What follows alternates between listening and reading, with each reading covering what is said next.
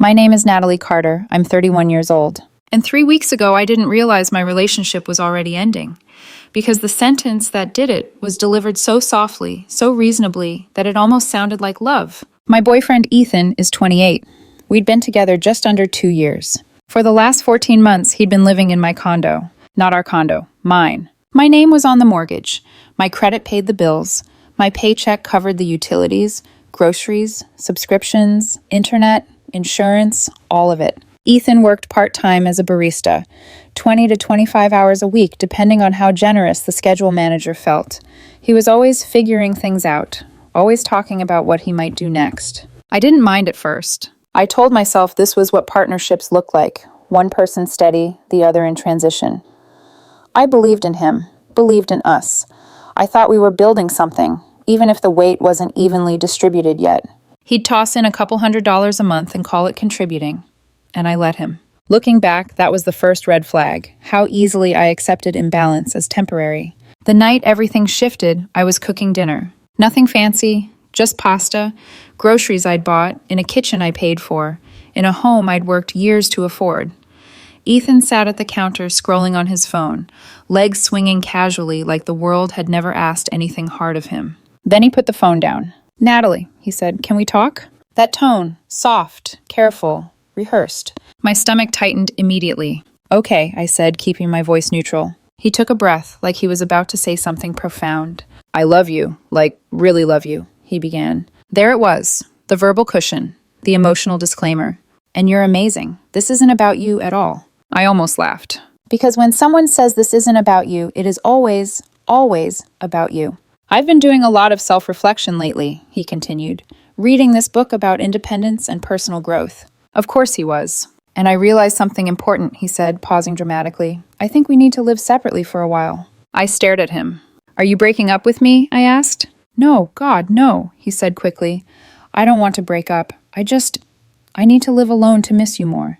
"To miss me more?" "I think we're together too much," he went on. "We've lost that spark, that anticipation.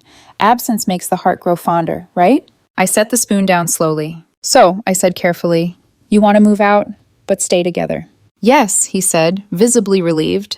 "Exactly. It'll make us stronger." He spoke like this plan had already been approved somewhere, like all he needed was my signature. "Where would you live?" I asked. "There's a studio I've been looking at. Super cute, about 20 minutes away, and it's affordable." "How affordable?" "Like $1,100 a month, plus utilities." I did the math instantly. He made around $1,400 a month before taxes. Rent, utilities, food, phone, car insurance, gas. The numbers didn't just not work, they collapsed. "You can afford that?" I asked. "I'll pick up more shifts," he said quickly, "and I've been meaning to look for a better job anyway. This will motivate me." That was the moment something clicked. He didn't want independence. He wanted distance, with a safety net. "And when were you thinking of moving?" I asked. "End of the month," he said. "The landlord's holding it for me. I just need first month's rent and the deposit." "How much is the deposit?" "Another $1,100. He looked at me, not directly, but expectantly. I took a breath. "You know what?" I said. His face lit up instantly. "You're right." "Oh my God, really?" he said, standing up to hug me. "Thank you. I knew you'd understand." "I support you," I said calmly. "If you need space to grow, we'll do this properly." He didn't hear the emphasis. He didn't know that in that moment, I decided something important. I was going to take him exactly at his word. If he wanted independence, real independence, he was about to get all of it. Every last bit. That weekend was educational. I helped Ethan move. Not angrily, not coldly, not with speeches or accusations. I showed up with boxes, a rented dolly, and the same calm smile I'd worn for 2 years whenever I quietly made things work. The studio apartment was small, barely 400 square feet, smaller than my living room, but Ethan loved it. "This is mine," he kept saying, spinning slowly in the middle of the room, my own space. I paid the $2,200 move-in cost, first month's rent and deposit, one clean transaction. He hugged me repeatedly, promising he'd pay me back once he got more shifts. I nodded, already knowing that wasn't the point anymore. Because while he was celebrating freedom, I was making lists. Not angry lists, practical ones. By Sunday night, he was settled. His clothes in the closet, his coffee maker on the counter, his framed motivational quote crooked on the wall like a warning sign. I went home alone. My condo felt quiet. Not empty, just peaceful. Monday morning, I got to work. First stop, phone provider. Ethan was on my family plan. $30 a month. I called customer service during my lunch break. I need to remove a line, I said. They asked if I wanted to transfer the number. No, I replied. Just disconnect it. Done. Next, car insurance. He was listed as an additional driver on my policy because last year he'd totaled his car and couldn't afford coverage on his own. I need to remove a driver, I told my agent. Effective when? She asked. Today. That one felt clarifying. Next, subscriptions. Netflix, Hulu, HBO, Disney Plus, Spotify Premium. I logged into each account, removed his profile, changed passwords. Food delivery apps came next. My credit card had been saved on his phone for emergencies. Those emergencies had happened 3 times a week. I removed my payment information from everything. Gym membership. We were on a couple's plan. $40 a month. I stopped by the gym after work. She'll need her own membership now, I told the front desk. They nodded. Single membership is $75. Perfect. By 5 o'clock Monday afternoon, every shared expense was gone. Every financial cord cut. Except one. The payment trail proving I'd helped him move. Tuesday afternoon, my phone buzzed. Ethan. Hey babe, my phone isn't working. It says service disconnected. I stared at the screen for a moment before replying. Me. Oh yeah, since you're living independently now, I figured you'd want your own plan. You can set one up at any carrier store. Typing bubble. Gone. Typing again. Ethan. What? I don't have money for that. I took a breath. Me. Phone plans aren't that expensive if you shop around. Probably $50, $60. More dots. Ethan. I don't get paid till next week. Me. You mentioned picking up more shifts. Silence. Wednesday morning, new angle. Ethan. Can you add me back to the plan just temporarily, please? Me. I thought this was about independence. That one took longer to land. Thursday, the tone shifted. Ethan. Why did you cancel my gym membership? Me. Didn't cancel it. Just removed you from the couple's plan. You can sign up for your own. Ethan. That's $75 a month. Me. Yeah, adulting is expensive. Ethan. I can't afford that, Natalie. Me. Then maybe work out at home. YouTube's free. That message ended with, Ethan, this isn't funny.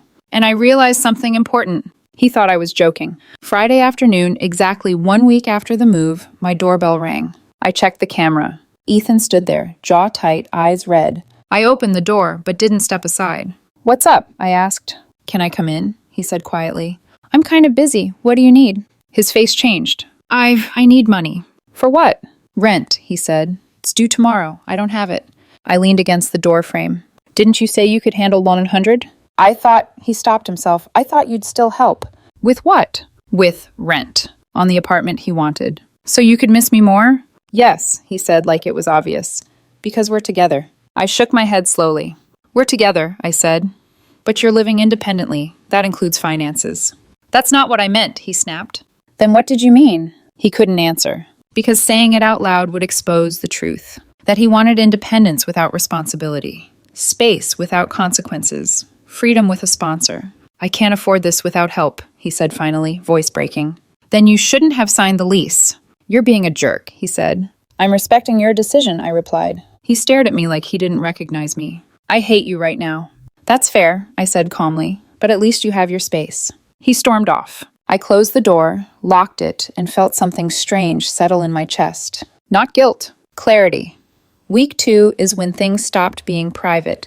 Saturday morning, my doorbell rang again. I checked the camera. Ethan stood there, and beside him, a woman with the same sharp eyes and tight mouth I'd seen in family photos. His mother. I sighed, unlocked the door, and stepped outside, deliberately closing it behind me.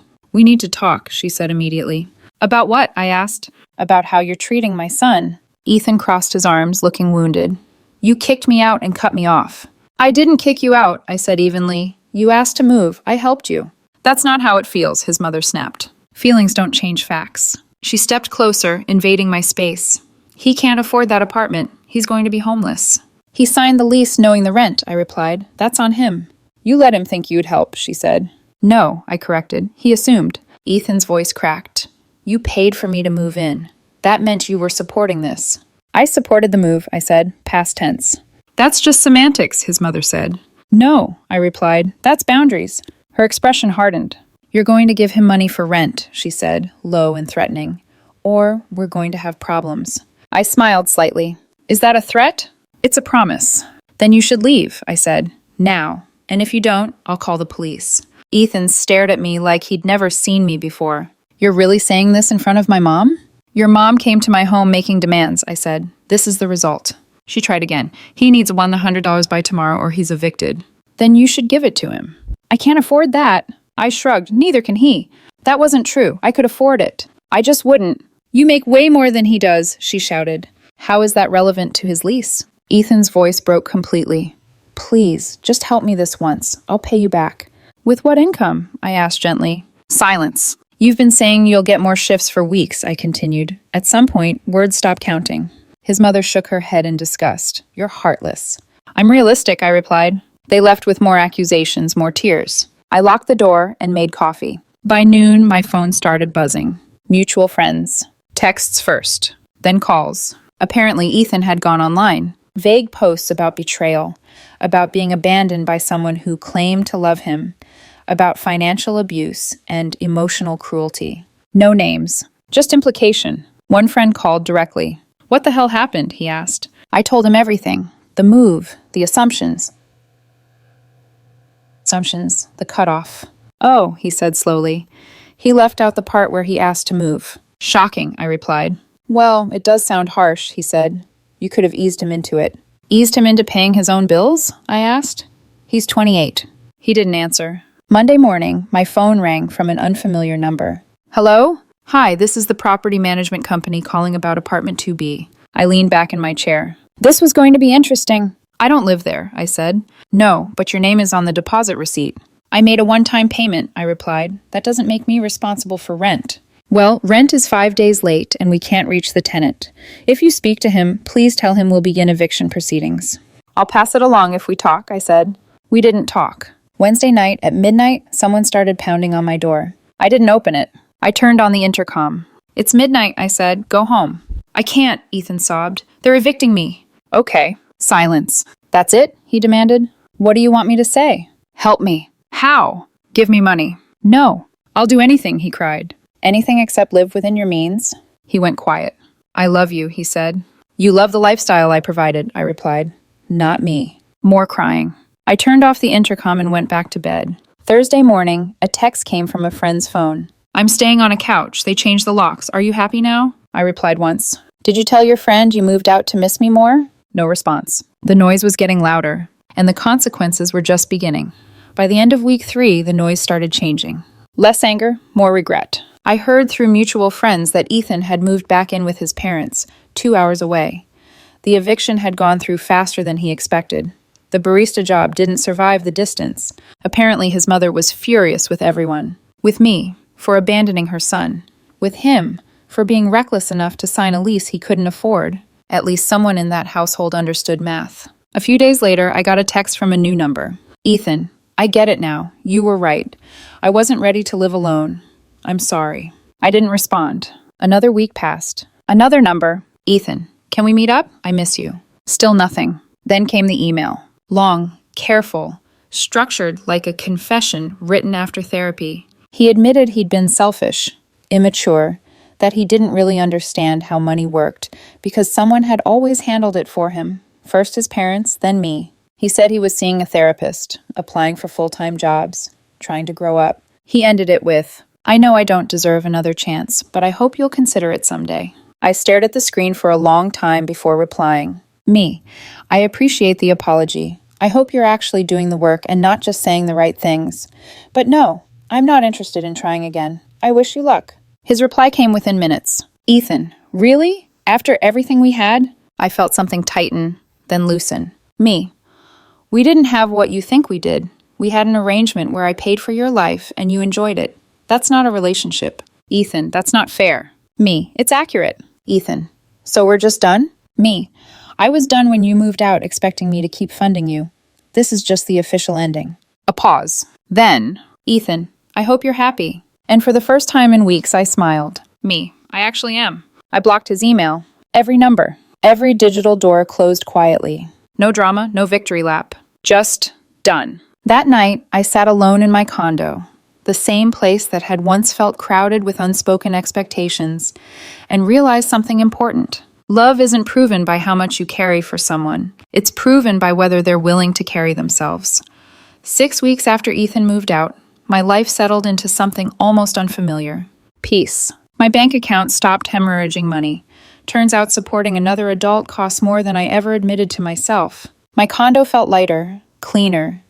Not because he was gone, but because the weight of responsibility was. I wasn't dating. I wasn't interested. This whole experience had rewired something in me. I started noticing patterns I'd ignored before. How Ethan never offered to split bills, only thanked me for covering them.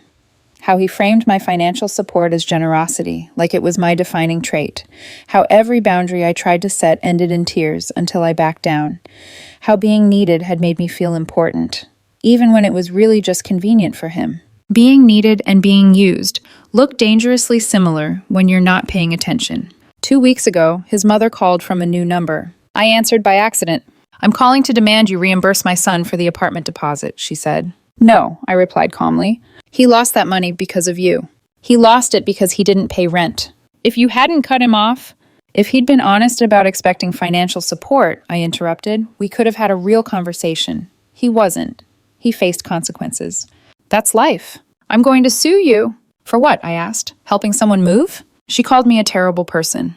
"I'm a person with boundaries," I replied. "Your son didn't like that." She hung up. I haven't heard from either of them since. Some friends still think I was too harsh, that I should have eased him into independence instead of cutting him off so cleanly. But here's the truth. Ethan was 28. He chose to sign a lease. He chose not to discuss finances. He chose to assume I'd keep paying for everything while he played grown-up. I didn't create his problems. I just stopped solving them. The ironic part? He wanted space to miss me more. Now he has all the space in the world. And I guarantee he misses the money far more than he ever missed me. That's the lesson. When someone tells you what they want, listen carefully. If they value what you provide more than who you are, you're not a partner. You're a resource. Close the account. Move on. I did.